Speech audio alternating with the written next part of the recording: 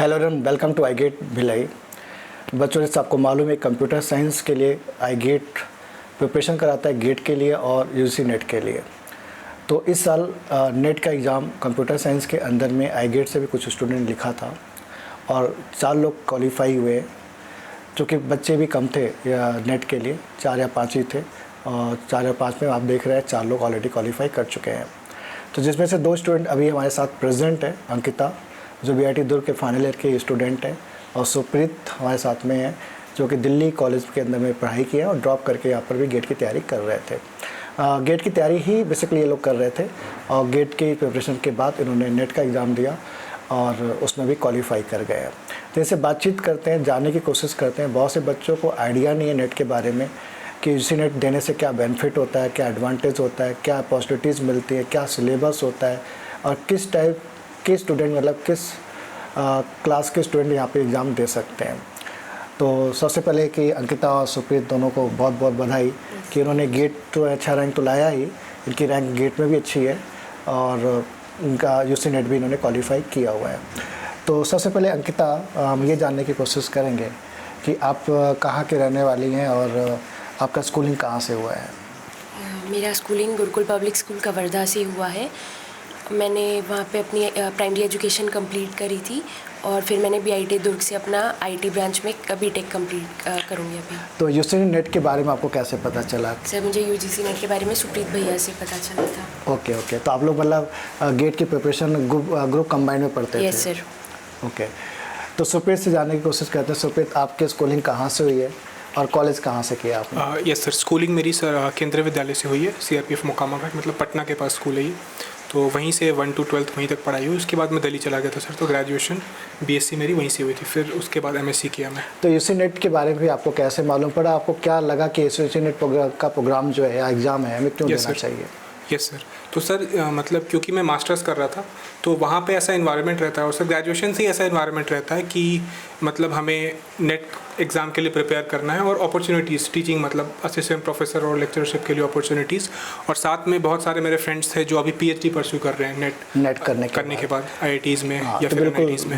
बिल्कुल ये अपॉर्चुनिटी बहुत अच्छी यहाँ पर है कि गवर्नमेंट टीचिंग आपको करनी है। जैसे आपका साइंस कॉलेज के अंदर में कंप्यूटर साइंस में आपको टीचर बनना है या आपको पॉलिटेक्निक कॉलेज हो गया या आपको पीएचडी आपको करने का मन है तो उस केस में नेट मांगा जाता है, खासकर गवर्नमेंट कॉलेज के अंदर में। क्योंकि पुराने स्टूडेंट भी हमारे यहाँ से जो लोगों ने नेट क्वालिफाई किया तो आज वो साइंस कॉलेज के अंदर में टीचर हैं, कुछ लोग अलग अलग कॉलेजेस के अंदर में गवर्नमेंट के अंदर में जॉब कर रहे हैं और टीचिंग में मतलब काफ़ी अच्छा अपॉर्चुनिटी है। मतलब आप नेट क्वालिफाई कर लेते हैं तो गवर्नमेंट जॉब, एक सिक्योर जॉब, एक अच्छी जॉब आपको मिल सकती है।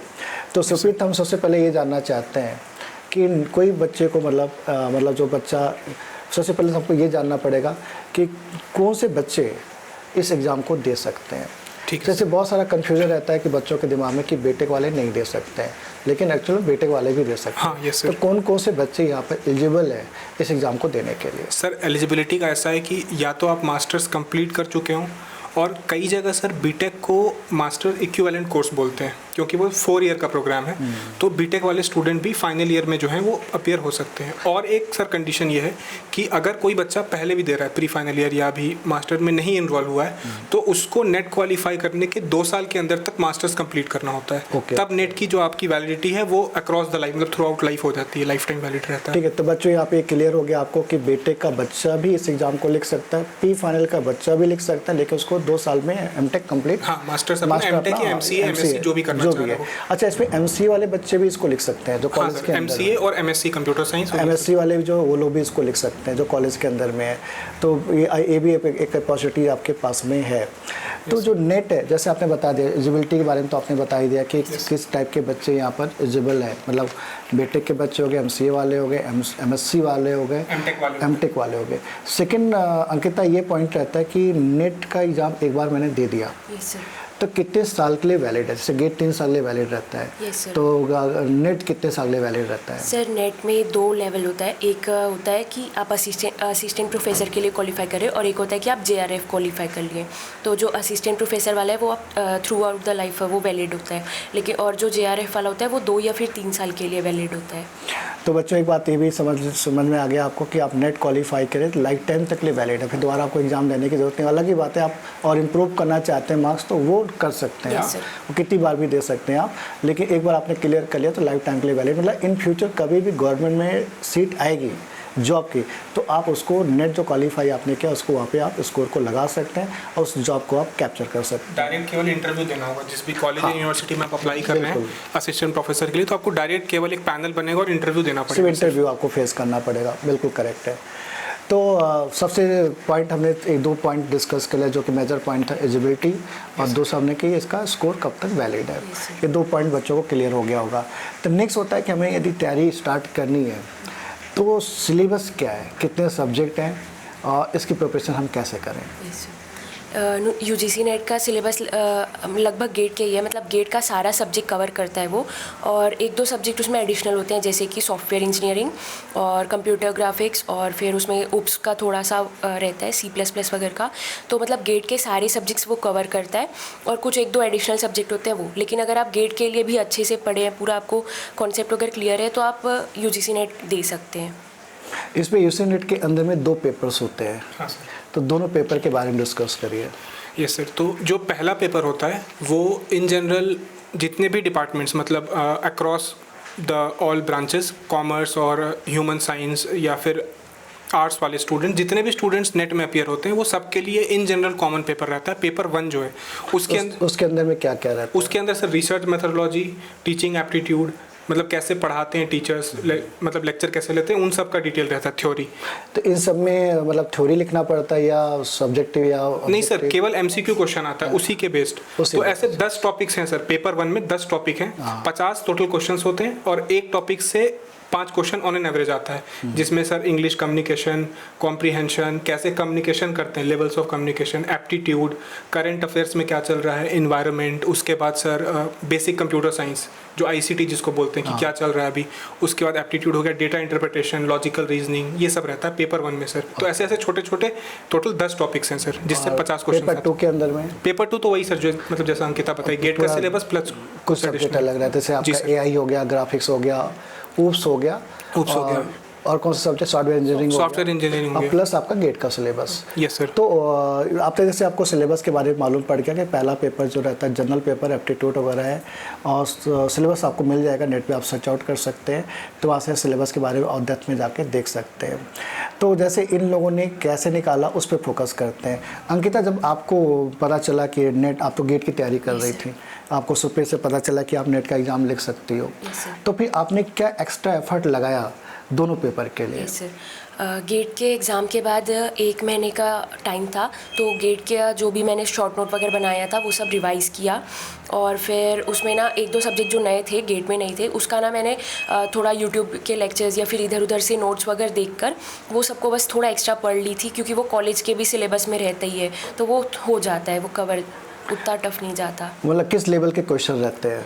सर लगभग गेट के लेवल के रहते हैं और थोड़े बहुत उससे कम भी रहते हैं, मतलब लगभग अगर आप गेट के लिए पढ़े तो यूजीसी नेट भी अच्छे से आराम से निकाल सकते हैं। आपने जो मतलब पहले मेनली तो आपने गेट पूरा पढ़ा था और जो सब्जेक्ट गेट में नहीं था उसको भी थोड़ा बहुत आपने देखा, थोड़ा बहुत देखा था कि पूरा देख लिया था? सर सॉफ्टवेयर इंजीनियरिंग तो अच्छे से देख ली थी पूरा और उप्स पढ़ ली थी और फिर अच्छा, ये सब तो आप कॉलेज में पढ़ते ही हो?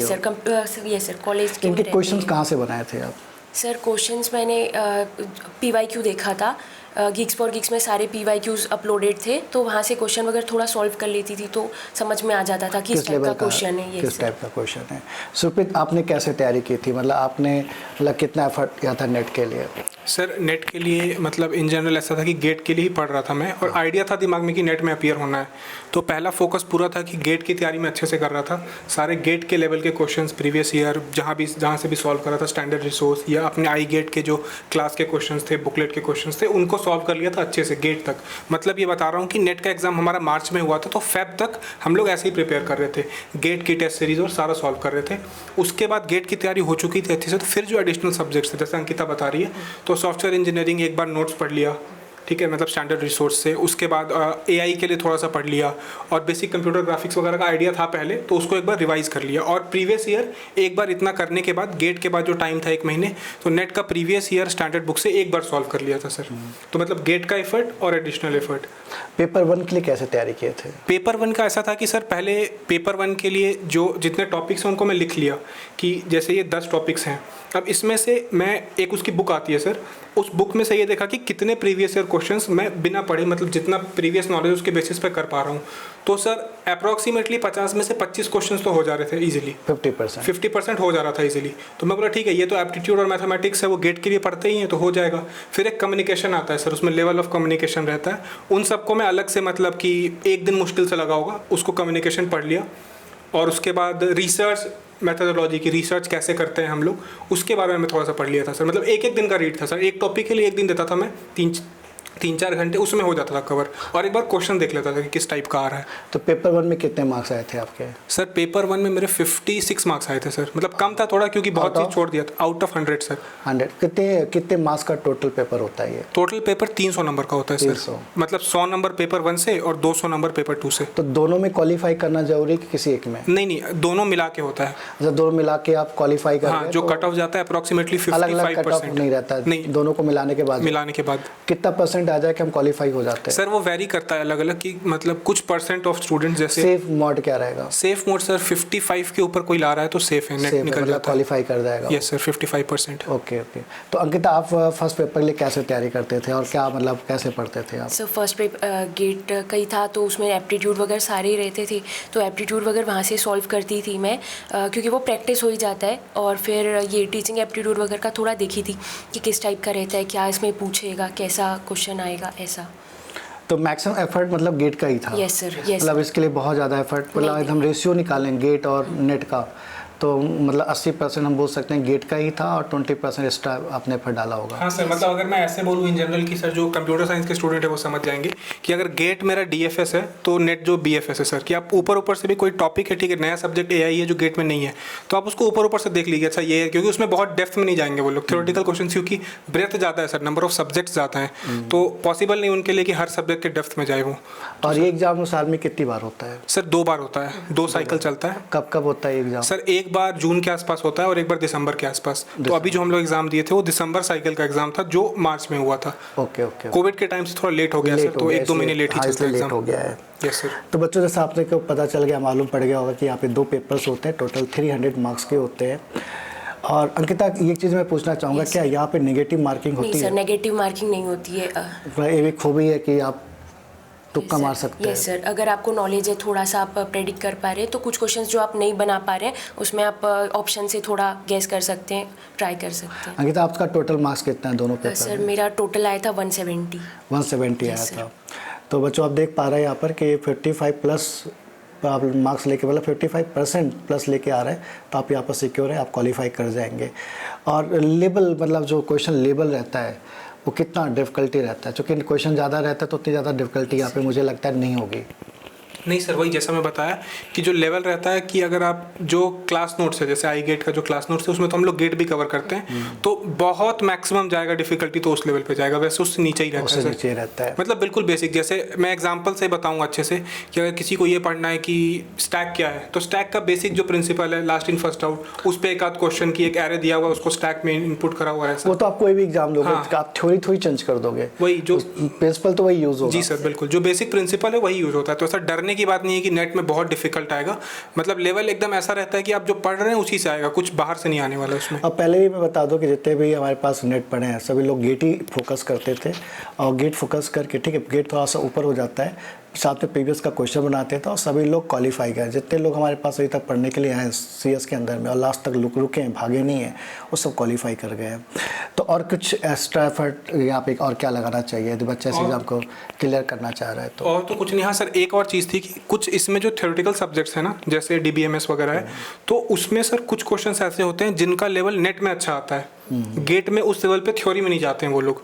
तो ये फ़ायदा हुआ था सर कि दिमाग में था कि नेट भी देना है, तो थ्योरी जो वाले सब्जेक्ट्स हैं ना, जैसे ओएस का कुछ सब्जेक्ट है या कुछ टॉपिक या डीबीएमएस का, उसको हम लोग उस तरीके से पढ़े थे, तो उससे थोड़ा गेट में भी फ़ायदा हो गया तो था। मैं ये बोल सकते हैं क्या यहाँ पर जैसे हम लोग भी गेट में MSQ क्वेश्चंस आते हैं, हाँ। यदि कोई बच्चा गेट के साथ में प्रिपरेशन करते समय PIQ वगैरह नेट का भी सॉल्व कर रहे, हाँ। तो उसको क्या यहाँ पे हेल्प होगा? हेल्प होगा सर। थ्योरेटिकल जो पोर्शन है, न्यूमेरिकल तो ईजी रहेगा नेट में, बट थ्योरेटिकल क्वेश्चंस होते हैं, अच्छे क्वेश्चंस बनते हैं MSQ के लिए। अच्छी प्रैक्टिस हो जाएगी। यस सर, बिल्कुल। MSQ वगैरह के लिए अच्छी प्रैक्टिस हो जाएगी। जी सर। तो बच्चों क्वेश्चन कहीं का भी हो, चाहे ISRO का हो, DRDO का हो, नेट का हो, उसको भी आप गेट की फोकस कर रहे हो, उसको भी आप सॉल्व करिए। वो कभी कभी वहाँ के थ्योरीज आपको यहाँ पे हेल्प कर जाती हैं कि आपके लॉजिक काफ़ी क्लियर हो जाते हैं। तो ये भी एक बेनिफिट ही है, मतलब कोई लॉस नहीं है। मतलब हर एग्ज़ाम को फोकस करिए, हर एग्ज़ाम को दीजिए।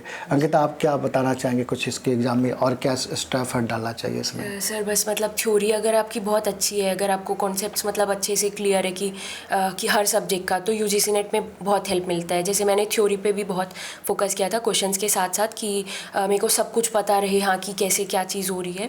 तो थ्योरी मैंने बहुत अच्छे से देखा था, तो ये इसका हेल्प मिला था UGC नेट में मुझे। तो आपको ऐसा फील हो गया था कि फर्स्ट टाइम में मेरा अटेम्प्ट में क्लियर हो जाएगा? ये सर, पेपर ना 2.5 घंटे में बन गया था, तो मेरे को लग रहा था हाँ कि पेपर बहुत अच्छा गया है। तो 3 घंटे का Yes, पेपर sir. रहता है। Yes, sir.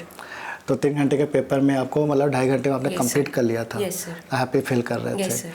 तो दोनों लोगों ने फर्स्ट अटेम्प्ट, तो आपने भी तो फर्स्ट टाइम भी हाँ किया सर, था, पहला ही बार था। पहली पारी में ही। तो दोनों ने फर्स्ट टाइम में अटेम्प्ट किया और एग्ज़ाम को क्लियर कर लिया। तो आप लोग काफ़ी चीज़ें तो क्लियर हो गई नेट के बारे में, फिर भी आपको और भी इंफॉर्मेशन चाहिए और भी गाइडेंस चाहिए, तो आप सुप्रीत या किसी का नंबर मुझसे आप ले सकते हैं और उससे बातचीत कर सकते हैं। और अल्टीमेटली पढ़ाई इंपॉर्टेंट है, कंसिस्टेंसी इंपॉर्टेंट है, और सिलेबस कवर करिए, उससे से आपको हेल्प हो जाएगा। और कोई गाइडेंस? और कोई गाइडेंस नहीं है सच। मतलब यही है कि सिलेबस जो भी है सिलेबस में डिफाइंड है, उस पोर्शन को अच्छे से कर लीजिए ताकि कॉन्सेप्ट बन जाए। कॉन्सेप्ट बन जाएगा तो जितने भी एग्जाम्स होंगे उस कॉन्सेप्ट रिलेटेड वो सारे क्लियर हो जाएंगे, मतलब कुछ अलग से नहीं करना पड़ेगा। ठीक है सुप्रीत और अंकिता, आप लोग तो गेट में भी अच्छा किए हैं, और उसके थ्रू आपका भी क्या टारगेट है? सर अभी तो एमटेक ज्वाइन करना है, मतलब काउंसलिंग, मतलब फर्स्ट प्रायोरिटी आपका भी हाँ सर, अभी एमटेक है, ये तो रहेगा साथ में सर। कभी अगर ऐसा हुआ पढ़ाने का तो इधर आके ज्वाइन कर सकते हैं सर एज ए प्रोफेसर। और अंकिता, आपका क्या टारगेट है? सर अभी एमटेक ही करना है, फिर अभी अगर गेट के लगा थ्रू कि एमटेक यस में सर जाना है। अभी एमटेक करना है। तो देख रहे हैं बच्चों, आप लोग इन लोगों ने प्रिपरेशन की थी, तो कहीं ना कहीं इनको और भी फ़ायदे मिल रहे हैं। तो आप लोग भी प्रिपरेशन करिए जिससे आप भीड़ से अलग हो सकें और अपनी खुद की आइडेंटिटी बना सकें। और ऑल द बेस्ट आप लोगों को भी, और बच्चों आपको भी ऑल द बेस्ट। लगे रहिए। Bye bye.